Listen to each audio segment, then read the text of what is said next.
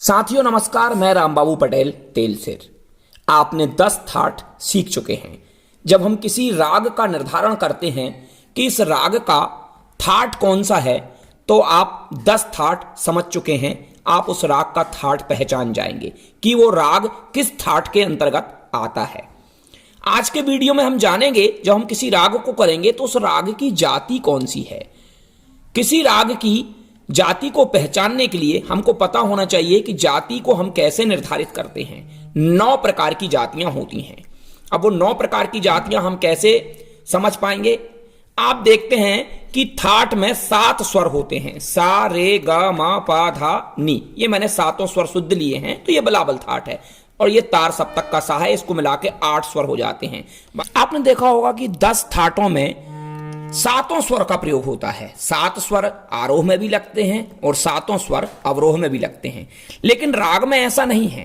राग में कम से कम 5 स्वर, 6 स्वर, 7 स्वर, कम से कम 5 और 6 और 7, तो इस प्रकार के स्वरों का प्रयोग होता है।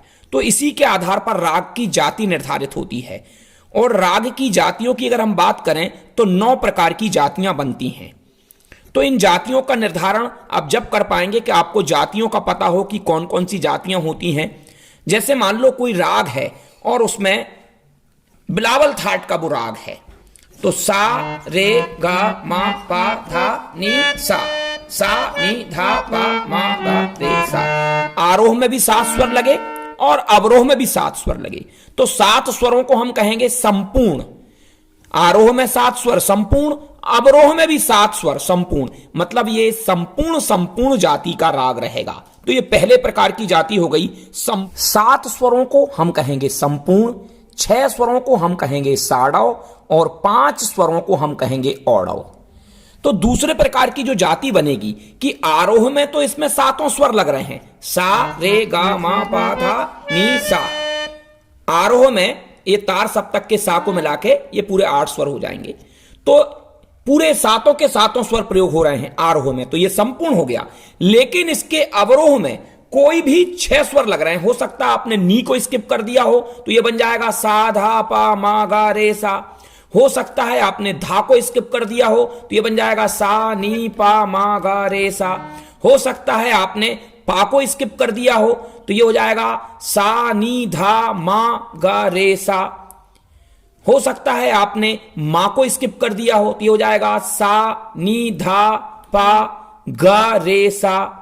हो सकता है आपने रे को स्किप कर दिया हो, तो ये हो जाएगा सा नी धा पा मा गा सा। तो कोई भी एक स्वर अगर आप स्किप कर देंगे तो इसके आरोह में 6 स्वर हो जाएंगे। तो 6 स्वरों को हम कहेंगे साड़व। तो अगर इसके आरोह में 7 स्वर हैं और अवरोह में 6 स्वर हैं, तो ये दूसरे प्रकार की जाति हो जाएगी संपूर्ण साड़व। तीसरे प्रकार की जाति रहेगी इसकी कि आप आरोह में तो 7 स्वरों का प्रयोग कर रहे हैं, लेकिन अवरोह में कोई 5 स्वरों का प्रयोग कर रहे हैं, कोई 2 स्वरों को स्किप कर रहे हैं, सा पा मा गा रे सा। हो सकता है आपने नी और धा को स्किप कर दिया हो, या हो सकता है आपने पा को स्किप कर दिया हो, तो ये हो जाएगा सा नी धा मा गा रे सा। तो आप कोई से भी 2 स्वरों को स्किप कर देंगे। हो सकता है आप रे और धा को स्किप कर दें, तो ये हो जाएगा सा नी पा मा गा सा। तो कोई भी 2 स्वरों के स्किप करने से इसके आरोह में तो 7 स्वर थे, लेकिन इसके अवरोह में हो जाएंगे 5 स्वर, और 5 स्वर को हम कहते हैं औड़व।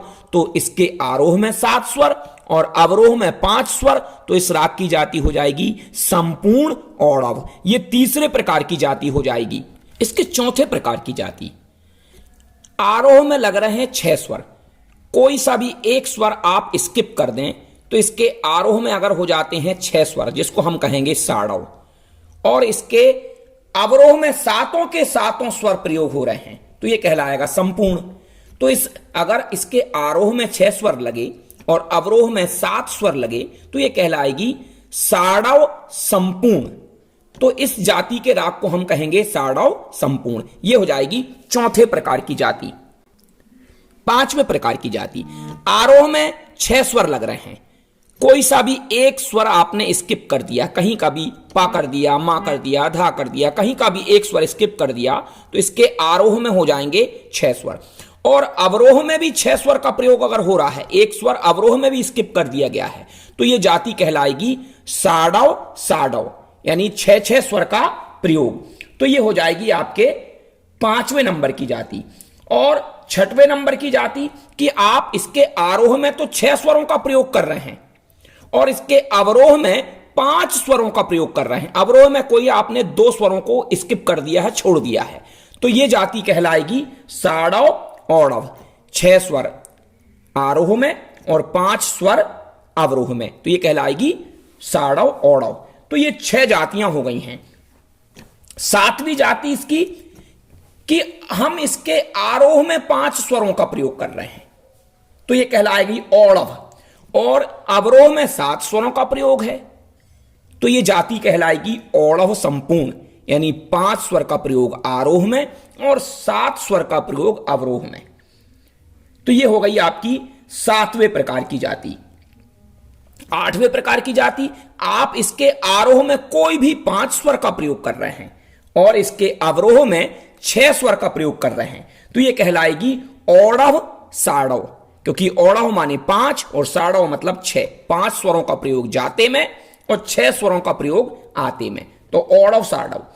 और अगर आपने इसके जाते समय भी 5 स्वरों का प्रयोग किया, यानी औडव, और लौटते समय भी 5 स्वरों का प्रयोग किया, तो औडव। औडव औडव जाति का राग। और ऐसे औडव औडव जाति के राग आपने बहुत सारे देखे होंगे, जैसे राग शिवरंजनी है।